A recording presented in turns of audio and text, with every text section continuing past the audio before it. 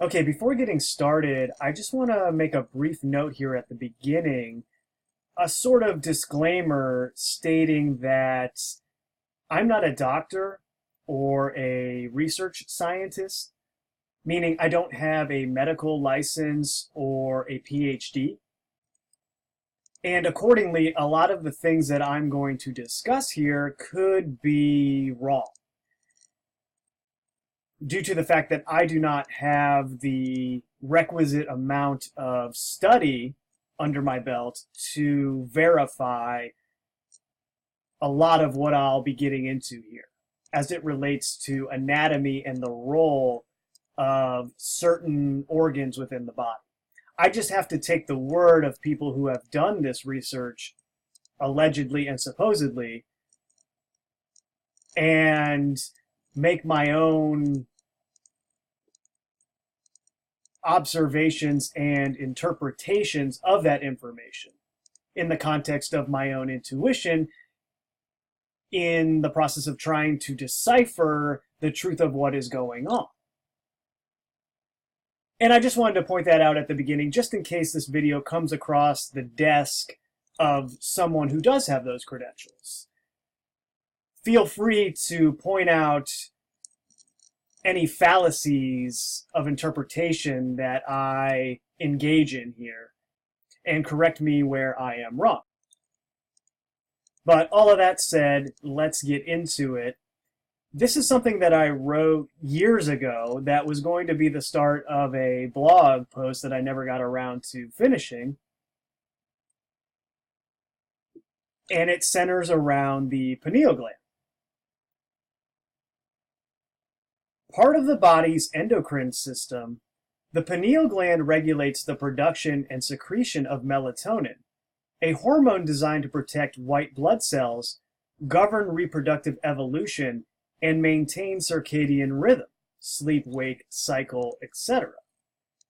The pineal gland secretes more melatonin at night, hence the pineal gland is thought to be the only internal organ with the ability to sense light. And this is why it is often referred to as the third eye. And I said thought to be the only internal organ here because it's the only internal organ that shows evidence that it has the ability to sense light. But that doesn't mean that the other organs aren't similarly capable of sensing light. It's just objectively verifiable in the reality that we perceive that the pineal gland actually does sense light. While most other parts of the brain are separated from the bloodstream by the blood-brain barrier, the pineal gland actually has direct access to the bloodstream, designed to receive and cycle through a very high blood flow, second only to the kidneys. Now, this is actually something that I did not know before diving into this research. And when you think about it, it makes sense intuitively when you look at the fact that the pineal gland regulates the secretion and levels of melatonin in the bloodstream. Well, in that case, obviously, the gland itself would have direct access to the blood itself as a way to regulate those levels.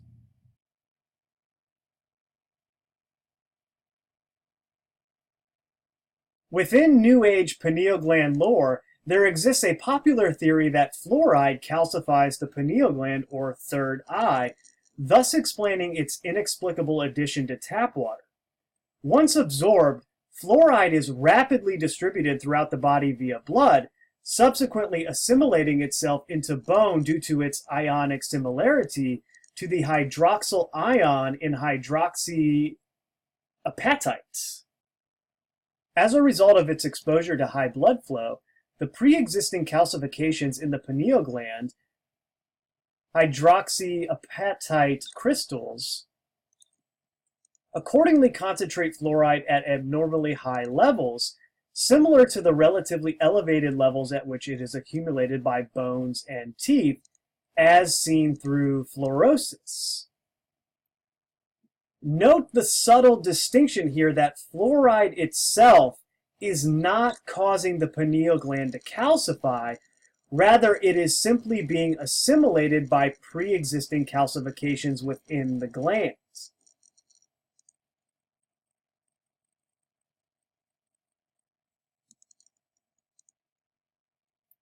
The soft tissue of the pineal gland does not accumulate fluoride to the same extent as the calcified part. However, again, due to its exposure to high blood flow, the gland's soft tissue accumulates more fluoride than other types of soft tissue in the body, a problem shared by the kidneys for the same reason.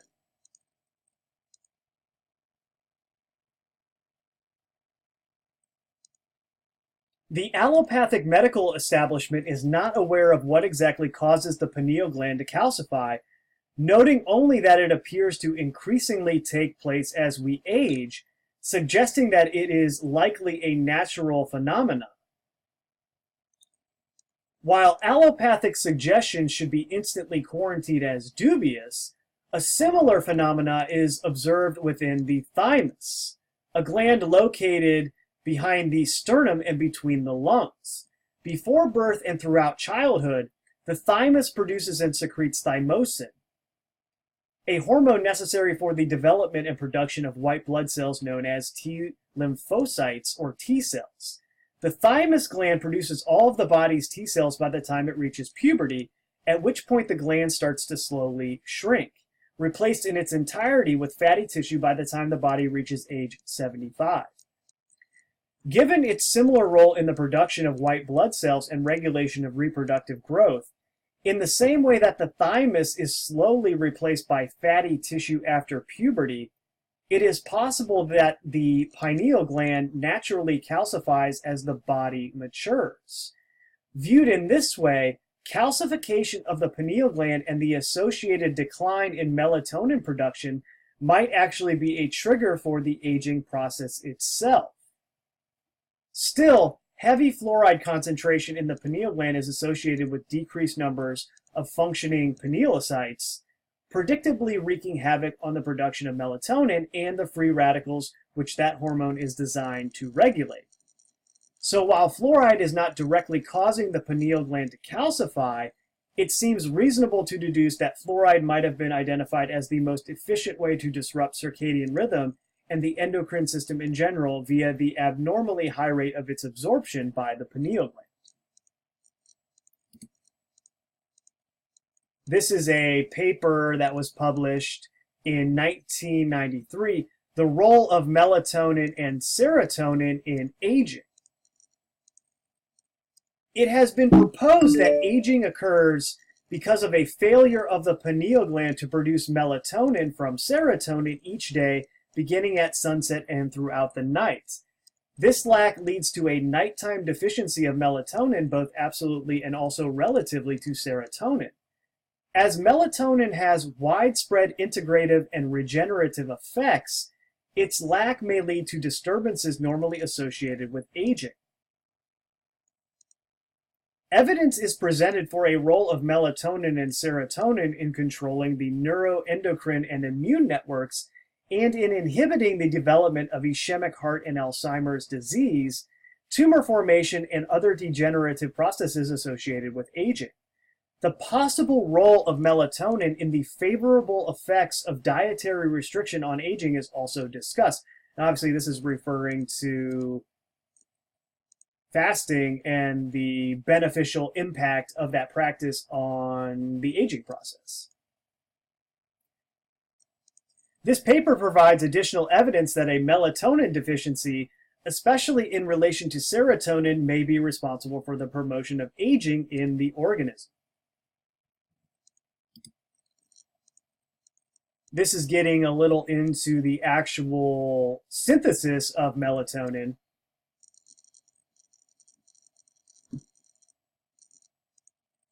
The precursor to melatonin is serotonin, a neurotransmitter that itself is derived from the amino acid tryptophan. Within the pineal gland, serotonin is acetylated and then methylated to yield melatonin. Synthesis and secretion of melatonin is dramatically affected by light exposure to the eyes. The fundamental pattern observed is that serum concentrations of melatonin are low during the daylight hours and increase to a peak during the dark. And this is getting into the function of the pineal gland as a regulator of circadian rhythm, the secretion and synthesis of melatonin in response to light stimulus and the role that that plays in your sleep-wake cycle.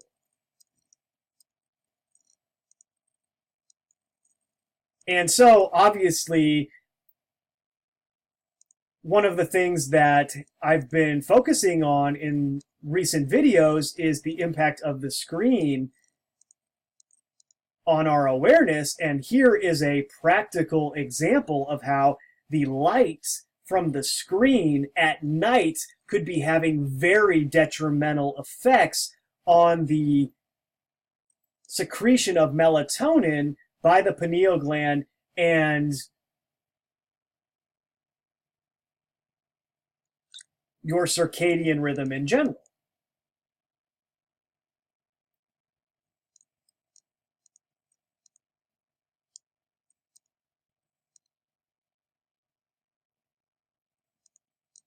Biological effects of melatonin. Melatonin has important effects in integrating photoperiod and affecting circadian rhythms. Consequently, it has been reported to have significant effects on reproduction, sleep-wake cycles, and other phenomena showing circadian rhythm. Effects on reproductive function. Seasonal changes in day length have profound effects on reproduction in many species, and melatonin is a key player in controlling such events. In temperate climates, animals like hamsters, horses, and sheep have distinct breeding seasons. During the non-breeding season, the gonads become inactive, but as the breeding season approaches, the gonads must be rejuvenated. Photoperiod, the length of day versus night, is the most important cue allowing animals to determine which season it is.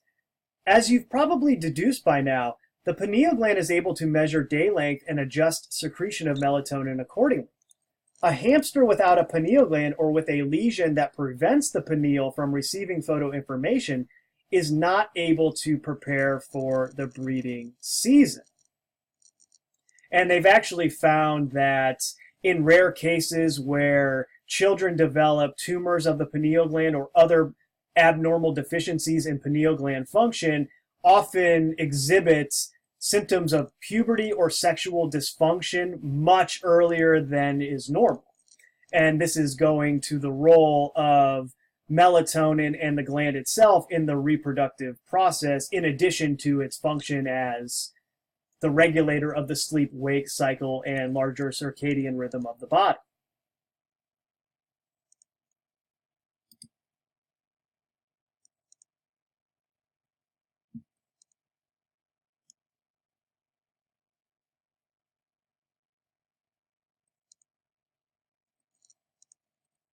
And obviously, as this abstract was going into, the pineal gland itself might be a regulator of the aging process. And so it would make sense that you would see other symptoms related to that, i.e. sexual function and reproductive function, exhibiting themselves in relation to impairment of the gland. And that's getting back into some of what was discussed here about how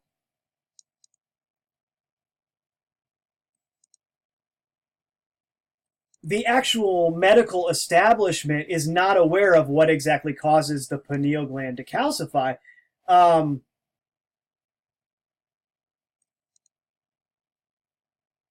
According to the literature, there's no discernible explanation for why these calcifications develop, but they do develop sort of uniformly at a young age and increase over time to the point where the overwhelming majority of people over 30 years of age have significant calcification within their pineal glands, which are these hydroxyapatite crystals that essentially form the basis of bone.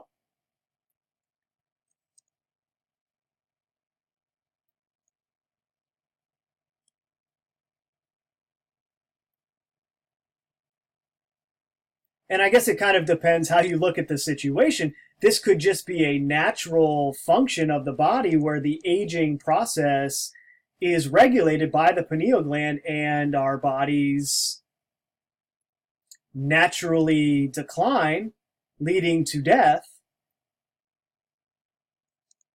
And that process is regulated by the gland itself.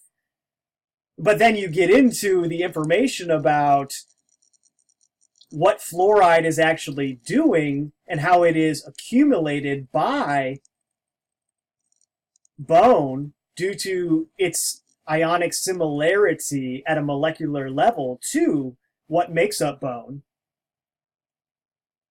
and how that might be impacting our aging process. It might be shortening our lives over time because the overwhelming majority of people are drinking fluoridated water. And not just fluoridated water, but every beverage that is brewed with fluoridated water is likewise being accumulated by the body. And then on top of that, if you're showering with that same water, you're assimilating that water into your body. And also, when you look into the symptoms of fluorosis and how they develop, one of the principal ways is through the inhalation of fluoride in gas form. And when you take a hot shower and all that steam is being breathed in by your lungs, well, you're inhaling that fluoride gas in addition to all the other chemicals that are in tap water, and also absorbing it through your skin. So you can see how over time, over many years, there will be an accumulation of fluoride within the body. That fluoride within the bloodstream will then flow through the pineal gland and the kidneys in very high concentrations, and it will be absorbed by the pineal gland in much greater quantities than in the rest of the body due to its similarity due to its similarity to the actual bone structure itself. And this is why fluorosis is seen in the teeth and the bones also.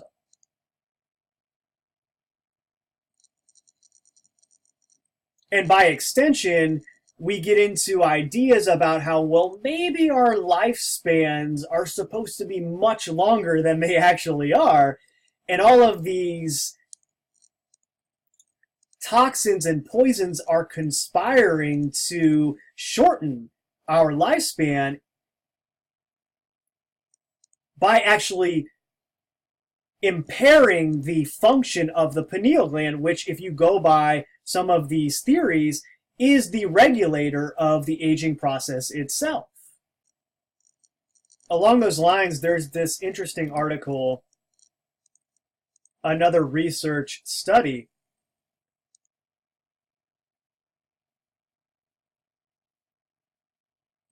Lifetime coffee consumption, pineal gland volume, and sleep quality late in life. Previous studies have shown that coffee consumption may suppress the production of melatonin in pinealocytes through competitive inhibition of adenosine A2 receptors by caffeine. We investigated the impact of lifetime coffee consumption on pineal gland volume and the resulting effects on sleep quality. We found that smaller VPP, which is volume of pineal parenchyma, was associated with higher cumulative lifetime coffee consumption. Participants who consumed more than 60 cup years of coffee, whatever that means, had VPPs that were smaller by about 20% than individuals who consumed less than 60 cup years of coffee. The VPP mediated the association between lifetime coffee consumption and sleep efficiency and quality. Our findings suggest that high lifetime coffee consumption may reduce VPP, and that this reduction in VPP may impair the quality of sleep in late life.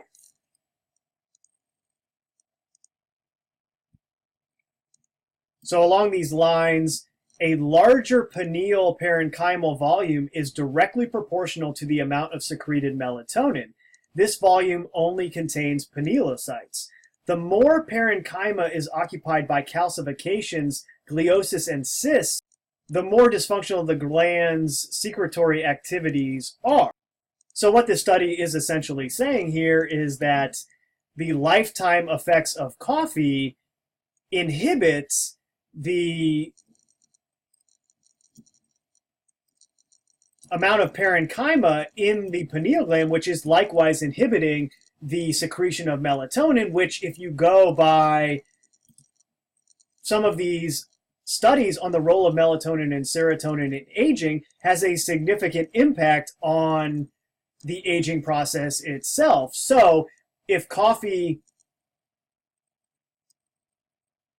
is decreasing the amount of pinealocytes in the pineal gland, it's by default decreasing the secretion of melatonin, which is increasing the aging process. And this sort of, flies in the face of a lot of the conventional wisdom that's out there about, the health benefits of coffee. This is Harvard Medical School going over how there are possible health benefits of coffee, and it's generally well accepted that this is something that is good for you. And that's why it's everywhere. And then while I'm on the subject real quick, I also want to get into DMT and the pineal gland. Do our brains produce DMT, and if so, why? For such a simple and widespread molecule, DMT has done a remarkably good job at frustrating scientists. Famously dubbed the spirit molecule by Rick Strassman, this tryptamine alkaloid produces an intense psychedelic experience when ingested and appears in trace amounts in human blood and urine, suggesting it must be produced within the body. The purpose it serves, however, remains a mystery. Though no one has managed to identify the source or function of endogenous DMT, meaning DMT produced within the body, a number of romantic theories have been put forward. The pineal gland, which psychonauts and pseudoscientists have equated with the third eye, is often claimed to be the body's DMT factory, and Strassman popularized the notion that the brain releases large amounts of the compound when we dream and during death, thus explaining the profound imagery we experience when we sleep and supposedly when we enter the white light. Now, as I've mentioned before, the study that Rick Strassman conducted was funded by the Scottish Freemasons. This is well known. He states this in his book. And his hypothesis was that because DMT is endogenous to the body, meaning they find it in our bodies in trace amounts, so it has to be produced somewhere, and because the actual molecule DMT, its structure is so similar to serotonin and melatonin, well, the logical deduction that came from that was it must be produced in the pineal gland. And that makes even more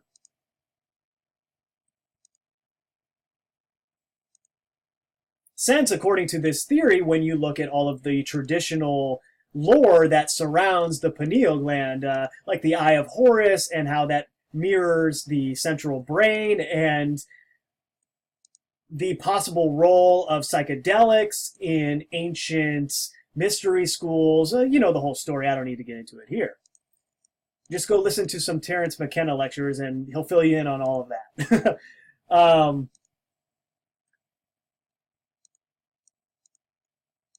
Let's see here. Among the presenters was Dr. Edie Fresca, who spoke about how DMT has been found to bind to the sigma-1 receptor, which is found throughout the body. This receptor plays a key role in protecting cells from dying when oxygen is low, making room for the argument that DMT may indeed be released in large quantities during death in a last gasp attempt to keep our cells alive.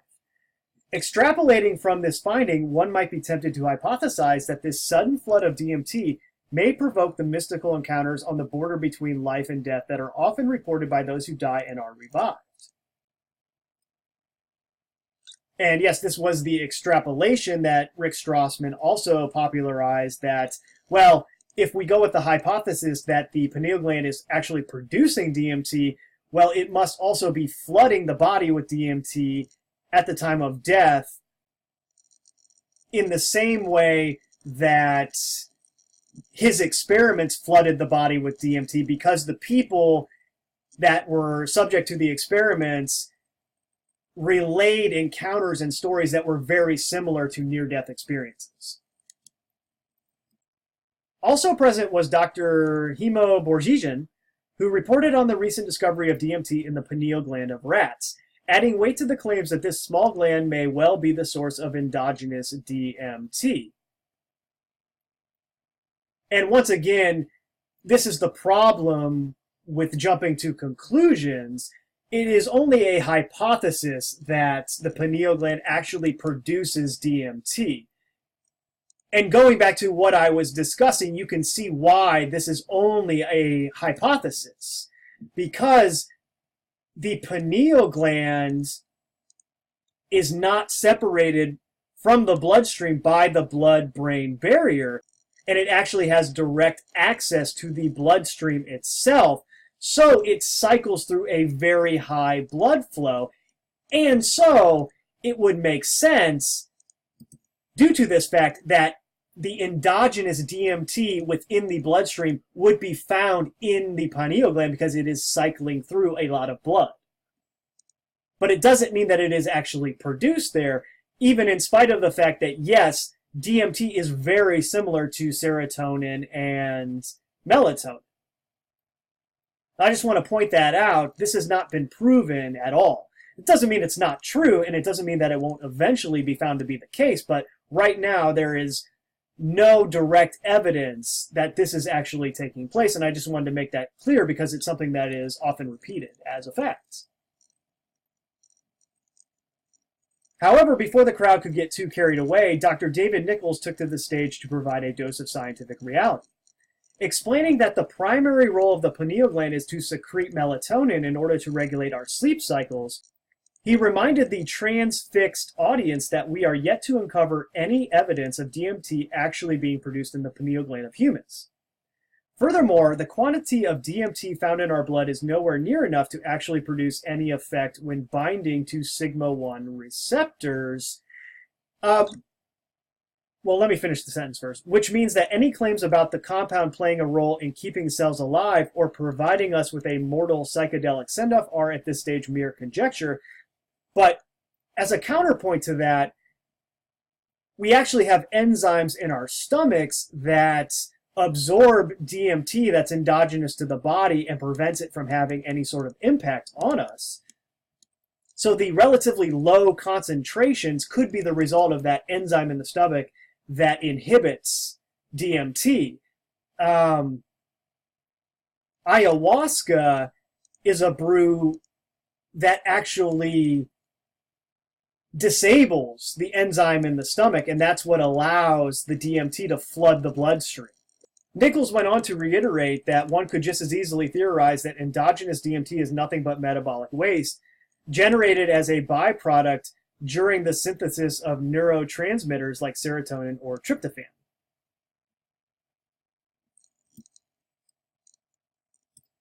And then this is just a note from another article on DMT. Dimethyltryptamine is an endogenous hallucinogenic compound that is found within the pineal gland alongside melatonin and serotonin. The role of DMT is not properly defined. Similar to endogenous opioids, it might be partially responsible for perception, conscious vision, imagination, and dreaming. And then this is, again, referring to the main receptor that it interacts with, the sigma-1 receptor.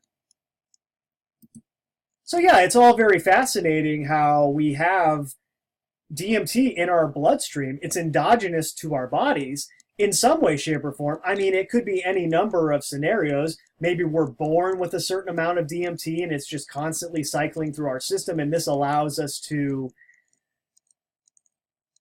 produce our conscious awareness of the realm in some way, shape, or form without any of the effects that you experience when your body is flooded with too much of that molecule, where you experience much different realities than your third-dimensional perception, let's put it that way. Or, it could be a situation where it is constantly produced by a gland in the body like the pineal gland, and we have an enzyme in our stomach that inhibits us from actually having any sort of hallucinogenic effect from it. But it might play a role. The reason it's in the body in that scenario is that, hey, it might play a role in dreaming or some other facet of our existence that we're not quite aware of. But I just wanted to get into that briefly because you can't really discuss the pineal gland without getting into or being exposed to this type of information. And I just primarily wanted to point out that it is only a hypothesis that it is being actually produced by the pineal gland. And although it's only a hypothesis, it is a strong hypothesis due to its similarity with melatonin and serotonin. I mean, dimethyltryptamine, it is a derivative or very similar to tryptophan, and serotonin and melatonin are derivatives of that as well. So we'll just have to see what happens in the future.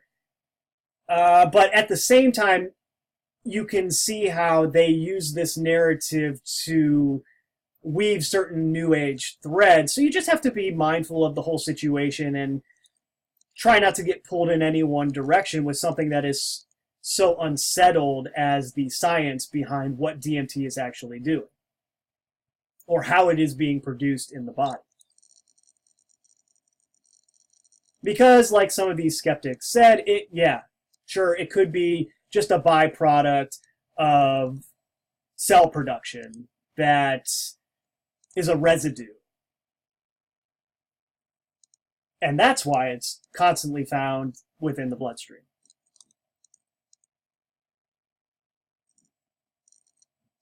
But yeah, all of this is pretty fascinating how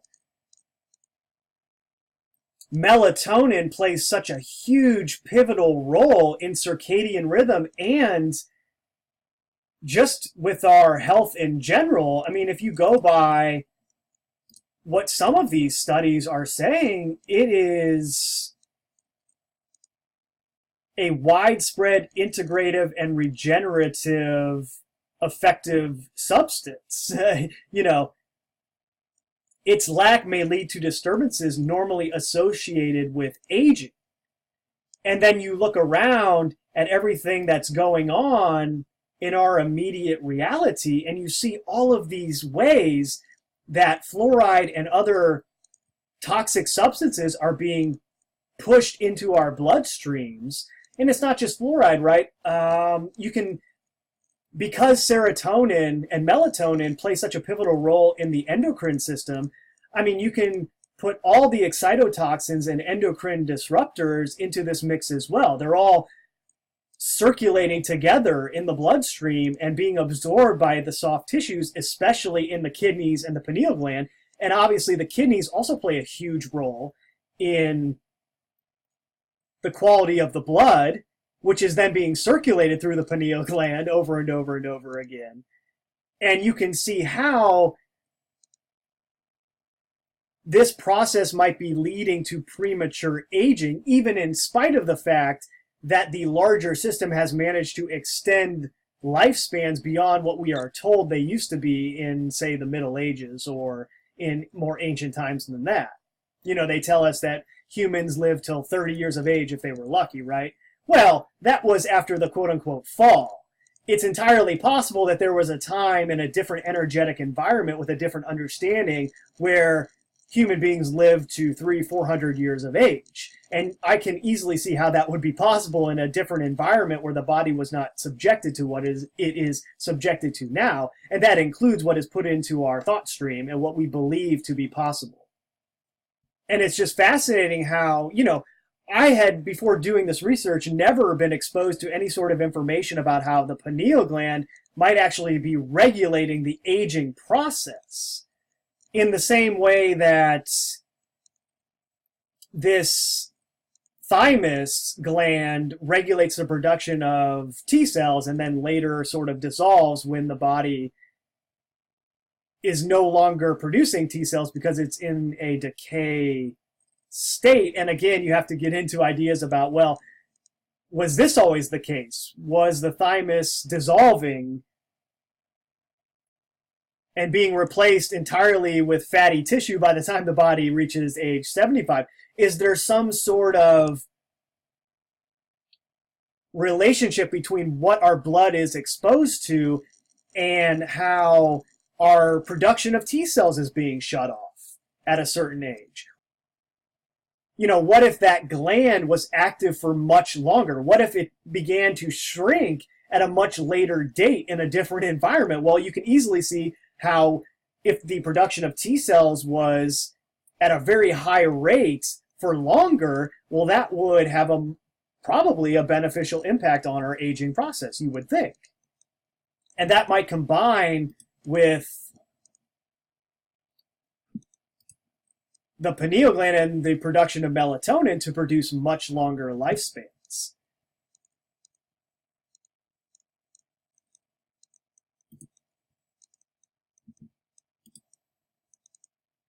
So yeah, that's all I wanted to get into in this video. So I will leave it there and talk to you guys later.